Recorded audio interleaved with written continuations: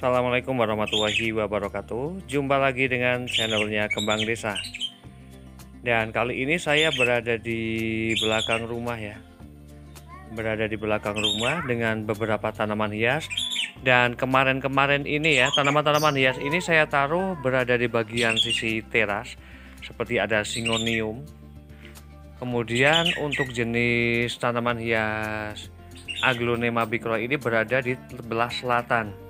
Namun karena saat ini matahari itu lebih mencondong ke arah selatan, jadi beberapa tanaman hias yang tadinya itu berada di tempat sebelah selatan saya pindahkan ke sebelah utara rumah. Karena memang ketika daun-daun tanaman hias itu memang banyak terkena cahaya matahari ya, ini dampaknya. Karena memang juga waktu-waktu kemarin ya, untuk suhu panas itu cukup ekstrim, jadi menjadikan beberapa dari daun tanaman hias itu mudah sekali untuk gosong ya. Namun sebelum saya melanjutkan dan mereview beberapa tanaman hias yang berada di sini, saya bakalan menyapa dulu para sahabat kembang desa dimanapun berada. Semoga pada hari ini dalam keadaan sehat, dalam keadaan bahagia, selalu dimudahkan rezekinya dan selalu dalam lindungannya. Amin. Nah, sekarang saya bakalan membahas sedikit tentang tanaman hias Aglonema dan juga ada Peperomia di situ ya. Nah, untuk jenis tanaman hias Peperomia ataupun Begonia, ketika saya melakukan stek, saya lebih suka saya tumpang sarikan kepada tanaman hias lain ya, karena yang pastinya adalah masalah media tanam. Media tanam yang digunakan ketika sudah dilakukan untuk penanaman tanaman hias seperti ini akan aman sekali dan gampang sekali menjadikan tanaman hias itu tumbuh ya ketika kita melakukan stek pada tanaman hias Peperomia ataupun tanaman hias Begonia.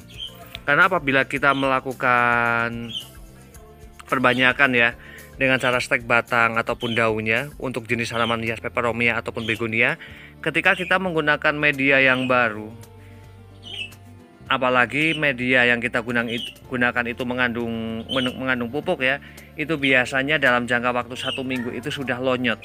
Namun saya lebih suka sekali untuk tumpang sarikan, saya tempelkan ke tanaman lain. Nah, ini kebetulan ada tanaman hias, ada Peperomia yang silver ya. Ini yang daunnya itu bisa lebar banget.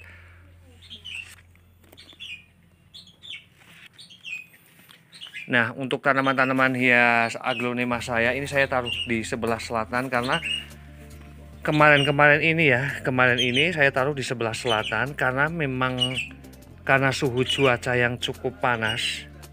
Jadi ada banyak sekali daun-daun yang sudah mulai gosong karena matahari cenderung ke arah selatan ya. Seperti ini. Jadi ada beberapa tanaman hias yang saya pindahkan tempat untuk menjaga agar keadaan daunnya itu tetap bagus ya. Karena sangat sayang sekali ketika daun-daun dari tanaman hias tersebut itu pada gosong seperti ini. Dan kemudian di sini ada beberapa tanaman hias. Ada Syngonium. Di sini ada Syngonium batik. Kemudian juga ada lemon. Kemudian juga ada albo. Ada Triking, kemudian juga ada Milky Way, ada Mango Illusion, dan ini ada Strawberry ya, Syngonium Strawberry Milk. Kemudian ada Pink Robusta. Di sini keadaan daunnya tetap bagus ya, karena memang untuk ketahanan tanaman hias, daun-daun tanaman hias Syngonium dan Aglonema itu berbeda sekali. Kemudian juga ada beberapa tanaman hias, ada sirih manjula, kemudian juga ada sirih marble, kemudian juga ada gading. Dan di sini saya menjadikan tanaman hias sirih ya, agar saya tidak menggunakan turus dan menjadikannya agar tetap rimbun seperti ini, tumbuh rimbun seperti ini. Di sini saya cukup rajin melakukan pemangkasan pada bagian batang tanaman hias sirih yang sudah mulai menjulur panjang. Saya pangkas pada bagian ini ya, yang otomatis pada bagian hasil bekas pangkasan itu akan memunculkan beberapa cabang, jadi menjadikan tanaman hias sirih itu menjadi terlihat rimbun ya. Kemudian juga ada okalis, kemudian juga ada peperomia, juga ada begonia. Dan di sini juga ada beberapa pot tanaman hias, ada aglonema snow white ya. Memang untuk jenis tanaman hias aglonema ya, ketika memang banyak sekali terkena cahaya matahari, asupan cahaya matahari, dampak utama pada tanaman hias tersebut itu ada pada bagian daun dan juga pastinya pertumbuhan ya. Ketika tanaman hias apapun, ketika banyak terkena cahaya matahari ya, tanpa kita rutin melakukan penyiraman, itu juga biasanya menjadikan tanaman hias tersebut itu menjadi kurus. Namun apabila tanaman hias itu meskipun berada di tempat yang cukup panas, namun tetap kita siram, itu hanya rusak pada bagian daunnya saja.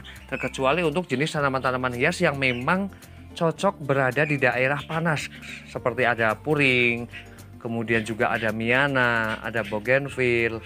Semakin tanaman-tanaman hias itu banyak terkena cahaya matahari, maka pertumbuhannya makin bagus. Seperti tanaman hias bougainville, ketika terkena banyak cahaya matahari maka akan muncul bunga ya. Dan seperti tanaman hias miana juga akan menjadikan warna daunnya itu akan jauh lebih bagus. Dan untuk media tanam yang saya gunakan di sini, saya lebih dominasi ke media tanam tanah yang saya gunakan ya. Dengan campuran sekam ataupun kristal, yaitu sekam dari pupuk ayam broiler yang biasa dijadikan sebagai alasnya. Namun kita juga harus berhati-hati ya ketika menggunakan sekam tersebut, ataupun ketika kita menggunakan pupuk, baiknya setidaknya sudah difermentasikan dulu tanah dicampur dengan sekam ataupun pupuk yang lainnya, yang kemudian dalam jangka waktu 1 minggu ya, minimal 1 minggu itu bisa digunakan. Namun apabila kita baru saja mencampurkan media tersebut antara tanah dengan pupuk dan langsung kita gunakan, itu biasanya imbasnya itu rusak pada bagian batang tanaman hias tersebut. Dan demikian review dari Kembang Desa tentang beberapa jenis tanaman hias dan bagaimana juga perawatannya. Semoga bermanfaat dan saya akhiri. Wassalamualaikum warahmatullahi wabarakatuh. Terima kasih.